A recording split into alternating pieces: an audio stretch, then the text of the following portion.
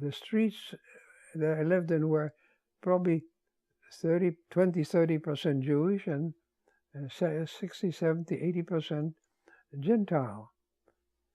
And while we lived in perfect harmony, but then pressure was exerted on some of the Christians to move out of apartment houses where Jews lived.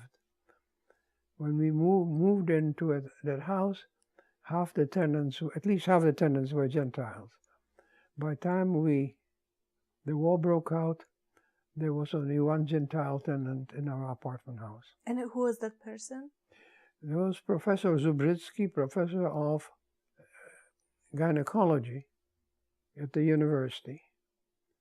And I think I mentioned the other day, my brother applied to the medical school at Jagiellonski University, and father asked Professor Zubritsky to support his candidacy of admission. He said he did, and then he didn't pay rent for a month. So it was a very low price to pay for getting into a medical school that at that time already had numerus clausus. Roughly 10% of the students could be Jewish. And so admission to the medical school there became the first measure was, what is your religion? If you were Jewish, you had a chance of 10% of the admitted students.